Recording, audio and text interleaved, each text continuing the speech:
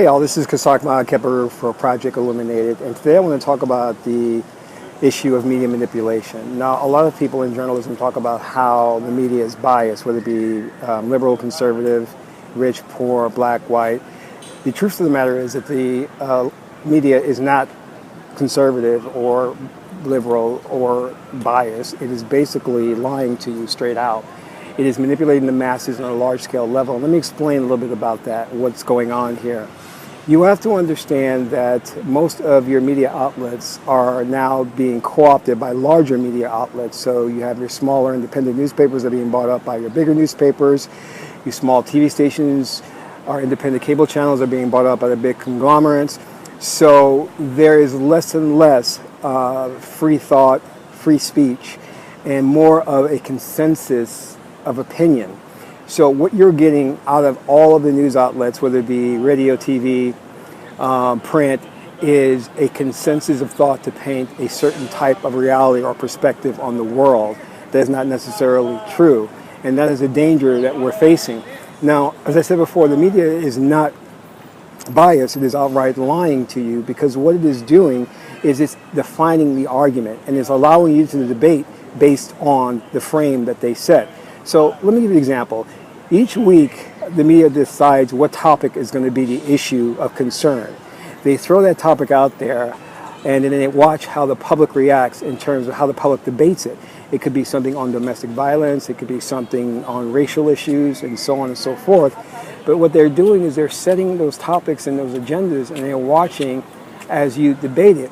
What really needs to happen is you need to basically reframe it or take the frame back and then say, here's the real argument. I'm not going to argue based on the question or the topic that you put forth, because it's a loaded question.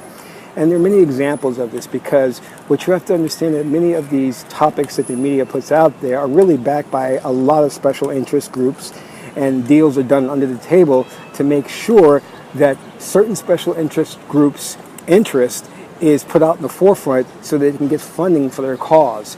And it's very devious, and if you're not really aware of what's going on, you'll fall victim into that, and then you have this frenzy of people who are commenting on it. Take, for example, domestic violence. We see that this sports figure, I guess in the NFL, I don't really follow sports, who now is accused of domestic violence. Now everybody's commenting on it and talking about how bad he is, vilifying this individual, and not many people are realizing that there is a real backstory to it. But what you have to start to ask is, why is this now an issue? Where is it coming from? Who decided to put this videotape out? Who got a hold of the videotape? And why is it that there is this frenzy to really vilify the individual and not see him as someone who needs to get professional help and healing? Well, that's because you have your feminist groups, your women's groups out there who want to really vilify the male figure and also vilify the black male figure. So you have to think about that. And there are other issues out there too. For example, is the race issue, and you'll see this with police and violence. They want to talk about how there needs to be some type of healing among the races, and there needs to be a coming together, and we need race relations. And the reality is, it's not about race relations. What it is an aggression against those who are poor and disenfranchised by those who are really in power and seek to destroy and suppress a certain demographic in this country. So I want you to think about that. But we have to be really, really careful, because you don't want to fall victim into getting into that argument, into that debate, based on a topic that they create for you. You can go on, and this gets even deeper. You can say, oh wow, should we support the president in him defending Israel? Well, you have to ask the question then. It's like, well, is it right that Israel has taken land that's not theirs? You know what I mean? That's really the issue. Let's frame the debate around that, and let's not talk about anything else. And you can go on. For example, they use keywords to whether it is to make one group seem, angelic or like innocent, or another group to seem very evil and like the aggressor.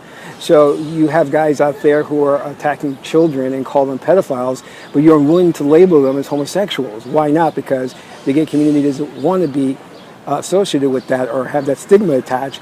So the gay and lesbian community pay a lot of money, and the media is backing them in that way.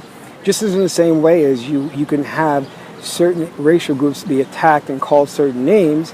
So it's okay for you to call African Americans nigger or Chinese chinks or Latinos wetbacks or whatever. But the minute you say something against Jews or gays, you immediately lose your job and lose your livelihood. And this is how the media is working to frame things and get public opinion aroused so that you can take their side in the debate, never really stepping outside of that debate, outside of what the issue has been framed to be, and start asking the real pertinent questions. Is that why is there an inequality in the way in which we deal with slander or the way in which we deal with hate crimes? So you have to ask these important questions as opposed to just going along and making your speeches to feel good. I mean, if you look at what happened with the Ice Bucket Challenge, everybody got on the bandwagon of that because they wanted to seem like they were in the in crowd. They wanted to seem popular. So everybody wanted to do it, but no one took a step back and said, well, what is this really doing to help the cause? Is this really necessary? So that's just some thoughts on those issues. Be mindful of next time that you are seeing topics that are raised in the public eye and that you are being asked to side, because a lot of times what they want to do is create polarization. The Illuminati is very good on create polarization.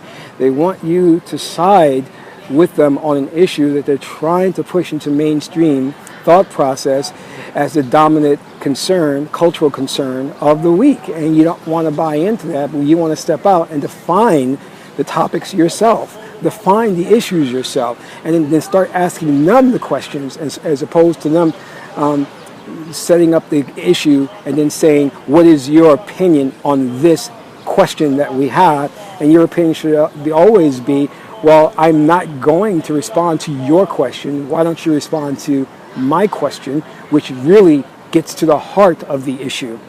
So that's just my thought. This is Kasang Keparu for Project Illuminated, and that's all for now.